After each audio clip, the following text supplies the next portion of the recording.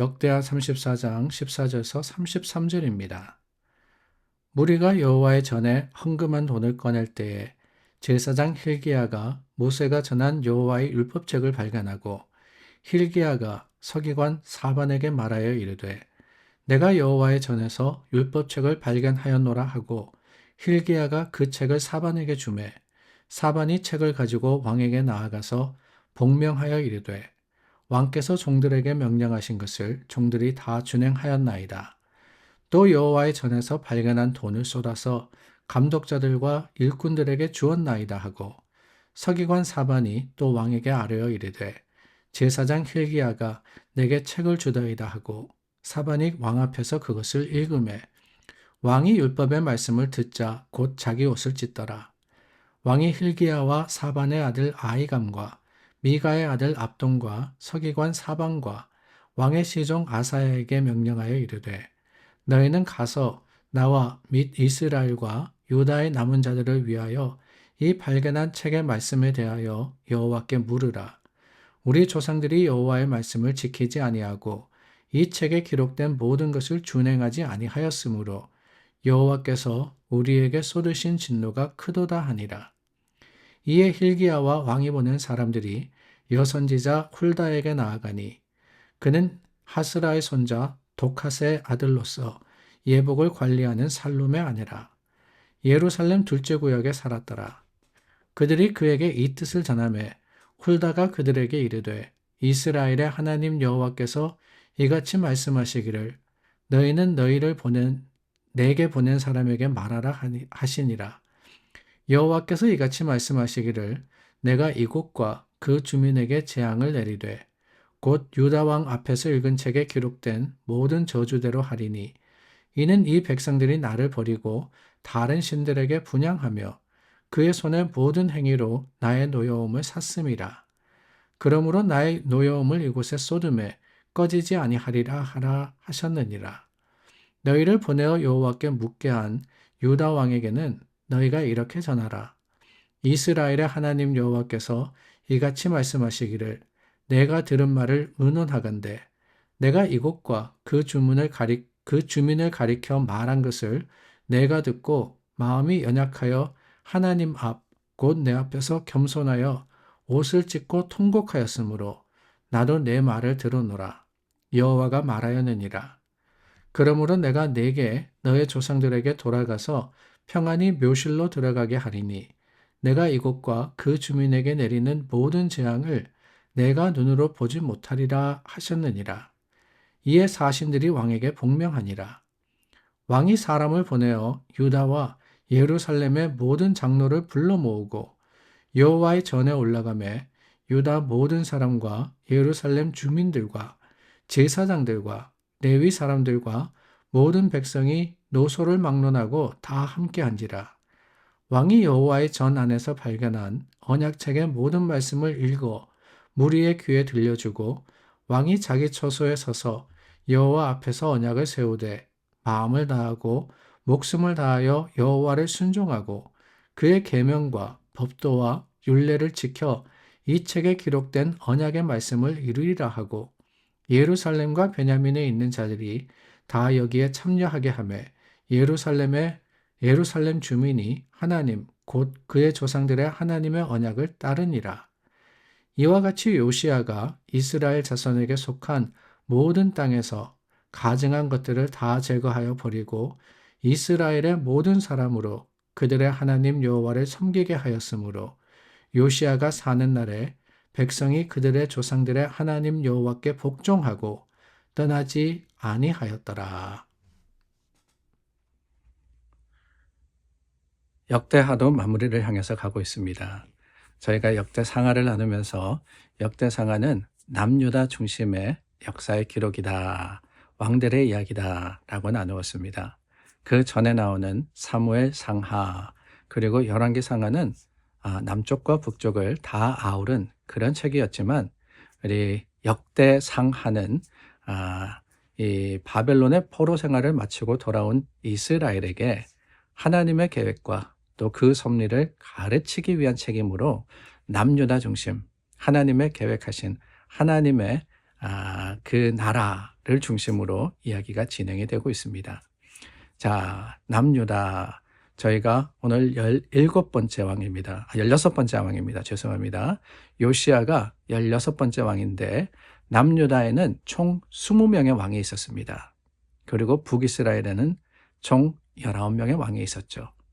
여로보암과 르호보암이 갈라진 이후에 이렇게 북이스라엘과 남유다에 39명의 왕이 있었는데 그 중에 성경이 기록하는 하나님의 뜻을 따라서 믿음을 개혁한, 또한 신앙을 개혁한 왕은 단 3명뿐이었습니다. 여호사밧과 히스기야와 얼마 전에 나누었죠. 우리 지난주에 히스기야에 대한 이야기를 쭉 나누었는데 그 히스기야와 요시야 이 세 사람뿐이었어요. 그래서 이 3명의 왕을 성군이다라고 우리는 부릅니다. 근데 그 중에서도 철저하게 종교개혁, 신앙의 개혁을 이룬 사람은 바로 본문에 나오는 요시야다라고 할 수 있을 것 같습니다. 우리가 나누었던 34장 2절 말씀해 보니까 여호와 보시기에 정직하게 행했다라고 했습니다. 그래서 열왕기 하에 보면은 이 요시야에 대해서 이야기하는데 요시야와 같이 마음을 다하고 성품을 다하고 힘을 다하여 여호와를 향하여 모세의 모든 율법을 완전히 준행한 임금은 요시야 전에도 없었고 후에도 그와 같은 자가 없었다라고 했습니다. 얼마나 대단한 칭찬입니까? 그런 사람 없었다라고 하는 거예요. 무엇에 있어서? 하나님의 말씀, 그 뜻대로 행하는 사람은 아무도 없었다. 39명의 왕 중에 어느 누구도 그러지 못했다라고 합니다. 근데 그 이유가 뭐냐? 바로 오늘 본문에 나오는 이야기, 이 이야기가 중심입니다.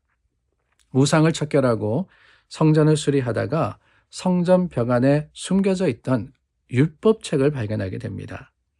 헌금하면서 돈을 꺼낼 때 율법책이 발견되었다라고 하는데 이 율법이라는 것은 많은 학자들이 모세오경일 것이다 라고 짐작을 합니다.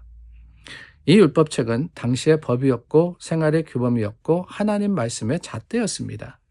그런데 이 율법책이 없음으로 인해서 하나님의 말씀이 없었던 것은 아니에요. 여전히 제사 드리고 있었고 여전히 이 하나님의 말씀이라는 것이 전해지고 나누어지고 있었지만은 분명하게 하나님께서 주신 법, 그 법에 대해서 이렇게 원본으로 발견된 경우가 없었다라고 하는 겁니다. 그래서 문제가 뭐냐? 그러다 보니까 자신의 해석들이 들어가기 시작하더라는 거예요. 우리가 신앙생활하면서 늘 경계해야 하는 것이 바로 이런 겁니다. 우리가 primary source라는 게 있고 secondary source라는 게 있습니다. primary source라는 것은 예를 들어서 성경책을 뜻합니다. 하나님의 말씀, 우리가 가지고 있는 이 66권의 성경책, 그것이 이 primary, 가장 근본적인 이 source입니다. 그런데 그것을 해석한 여러 책들이 있죠. 사실 설교도 secondary source예요.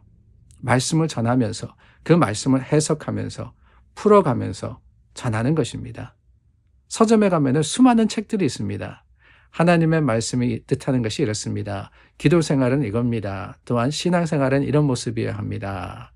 나누고 또한 가르치고 전하는 것들이 많이 있습니다. 그런데 그런 모든 것들은 우리가 secondary라고 불러요. 왜냐?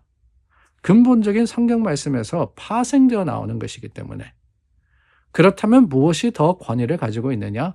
primary. 성경의 말씀을 우리가 우선해야 하는 거예요. 그 성경의 말씀을 잊어버리고 어느 목사가 이렇게 이야기했더라. 이렇게 해석하기 시작하면 문제가 생깁니다. 문제는 이 성경이 만일 없었다라고 하면 어떻게 했을까요? 사람들이 한 설교 또한 여러 가지 책들만 남아있다. 그러면 각자 해석하는 것이 다르고 각자 설명하는 것이 틀릴 수밖에 없기 때문에 자기 마음대로의 해석이 가능해지지 않겠습니까? 이거를 경계해야 한다는 거예요. 요시야 시대가 아마 그랬을 겁니다. 19절 말씀해 보니까 왕이 율법의 말씀을 듣자마자 자기 옷을 찢었더라라고 했습니다. 왜 그랬느냐? 발견된 율법책에 비추어 보니까 그동안 삶이, 여러분, 이 율법책을 발견하고 요시야가 그 말씀대로 살고자 한 것이 그가 왕위에 오른 지 꽤 오랜 세월이 지나서였습니다. 성전을 중수할 때, 성전을 보수할 때 그가 20살이었다라고 하고 있지 않습니까? 종교개혁을 하고 그 이후에 시간이 꽤 지났는데 그때까지 나름대로는 잘 했습니다.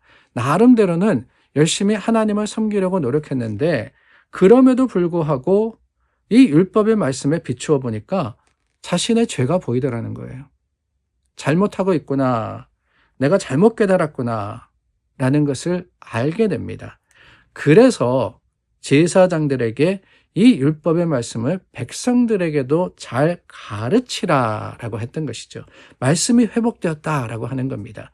다르게 이야기하면은 성경이 회복되었다라고 비유적으로 이야기할 수 있을 것 같습니다. 그렇습니다, 여러분. 진정한 부흥은 말씀의 회복에 있습니다. 우리가 세상적인 도덕적인 기준을 가지고 또한 사회에서 어떤 선한 삶을 산다, 사람들이 칭찬하는 삶을 산다, 그게 부흥이 아니에요. 진정한 부흥은 뭐냐?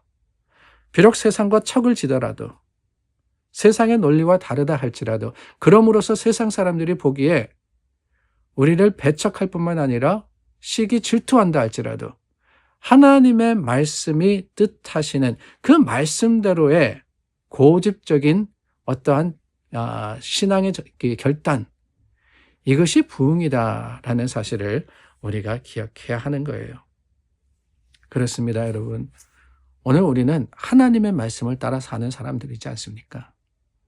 누가 이러면은 세상에서 복 받는다, 세상에서 칭찬 듣는다, 많은 사람들이 부러워할 거다, 그거 가지고 사는 사람들 아닙니다.